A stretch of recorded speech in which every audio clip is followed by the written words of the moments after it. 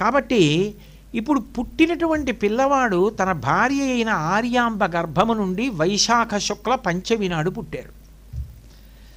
ఆయన దాన్ని అన్వయం చేసి చూశారు. అంటే పేరు పెట్టేటప్పుడు ఎలా చూస్తారో అలా చూశారు. పేరు పెట్టేటప్పుడు చూసే పద్ధతి ఏమిటప్పుడు అంటే అది వైదిక విధానం. వైశాఖ మాసం, వైశాఖ మాసం అంటే రెండో మాసం చాంద్రమానంలో. ఎందుకని? చైత్రం వైశాఖం కాబట్టి రెండో మాసం. అట్లాగే శుక్లపక్షం, శుక్లపక్షం కృష్ణపక్షం కాబట్టి శుక్లపక్షం ఒకటో పక్షం. పంచమి తిథి ఐదోది కదా, పాడ్యమి విరియా తరియా చవితి పంచమి ఐదో తిథి. అంటే ఇప్పుడు దీన్ని మీరు ముందు పుట్టిన కాలాన్ని అంకెల్లోకి తీశారనుకోండి. వైశాఖ మాసం రెండోది కాబట్టి 2, శుక్లపక్షం మొదటిది కాబట్టి 1, పంచమి తిథి కాబట్టి 5 వేసి దీన్ని ఇప్పుడు పేరు కింద మారుద్దాం అనుకున్నారనుకోండి. కాలాన్ని అంకెల్లోకి మార్చిన తర్వాత దీన్ని అక్షరాల్లోకి మార్చాలి. ఇప్పుడు అంకెలని అక్షరాలుగా మారిస్తే పేరు అవుతుంది. ఇప్పుడు దీన్ని మార్చేటప్పుడు కటపయాది విధానంలో ఏం చేస్తారంటే తిరగేసి రాయాలి. అప్పుడు ఏమవుతుంది? 2, 1, 5, 5, 1, 2 అవుతుంది. తిరగేయాలి కదా మరి. తిరగేస్తే 5, 1, 2. ఇప్పుడు 5, 1, 2 ఏమవుతుందంటే 5కి ష అక్షరం, అట్లాగే 1కి క. మరి శంకర కదండి పెట్టిన పేరు. అంటే మనం శాపక్కన 0 రాసి కా రాస్తాం తెలుగులో, అలా కాదు. సంస్కృతంలో అయితే జ్ఞా రాసి కావత్తేయాలి శంకర అన్నప్పుడు.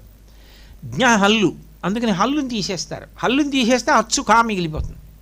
దానికి కా 1 అవుతుంది, షా 5 అవుతుంది, కా 1 అవుతుంది. 0 ఉండదు సుమండి, ఎందుకంటే తెలుగులో రాసినట్లు కాదుగా. అందుకని కా 1 అవుతుంది, రా 2 అవుతుంది. అందుకే రామ 2 × 5 రామ మా 5 అవుతుంది.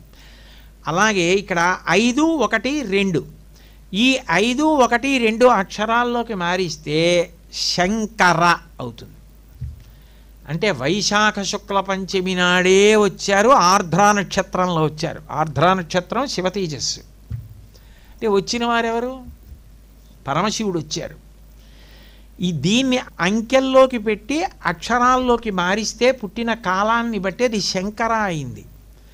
కాబట్టి శంకరుడు వచ్చాడు, శివుడు వచ్చాడు, శంకరుడిగా వచ్చాడు. శంకరుడిగా వచ్చాడంటే అందరికీ శం చేయడానికి వచ్చాడు, సుఖాన్ని పంచిపెట్టడానికి వచ్చాడు.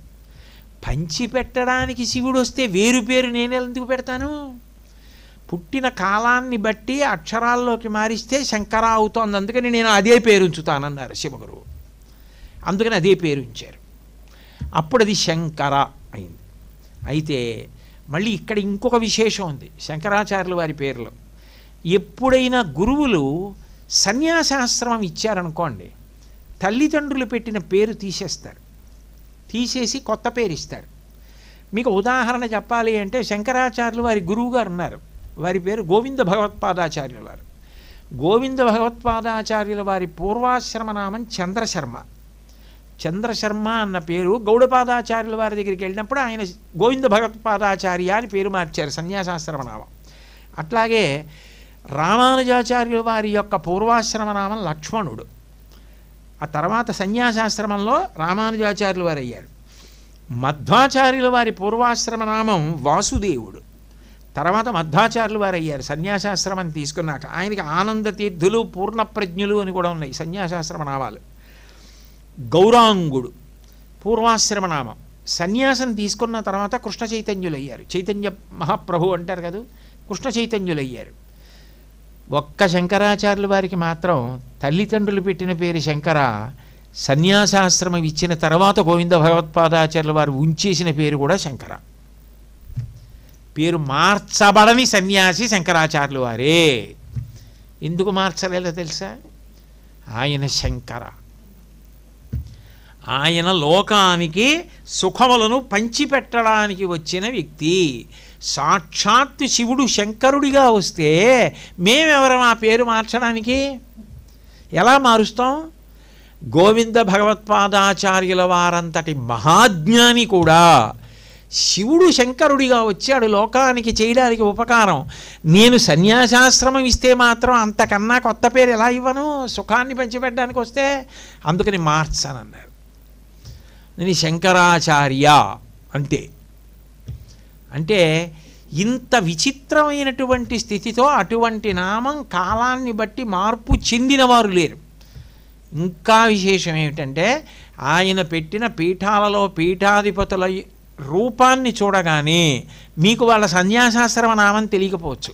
పూరీ శంకరాచార్య, ద్వారకా శంకరాచార్య, బదరీ శంకరాచార్య, శృంగేరి శంకరాచార్య, కంచి శంకరాచార్య. అదేమిటి అంటే అందరూ శంకరాచార్య. నిజానికి ఈ శంకరాచార్య ఎక్కడి నుంచి వచ్చింది? ఆ వర్య, ఆ శ్రేష్ఠుడి నుంచి వచ్చింది. లోకానికి శుభాలు పంచిపెట్టడానికి వచ్చారే.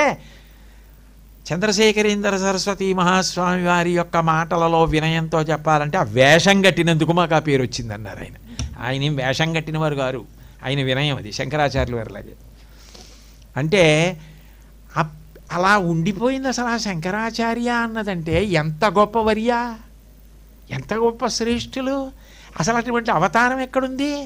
అటువంటి గురువు ఎక్కడున్నారు? అటువంటి బోధ చేసిన వారు ఎక్కడున్నారు? తల్లిదండ్రులు అలా పెట్టారు, గురువుగారు అలా పెట్టారు, పుట్టినప్పుడు పేరు అదే, సన్యాసాశ్రమనామం అదే. ఏమి శంకరాచార్యులు వారు? అందుకని శ్రీ శంకరాచార్యవర్యాయ నమః.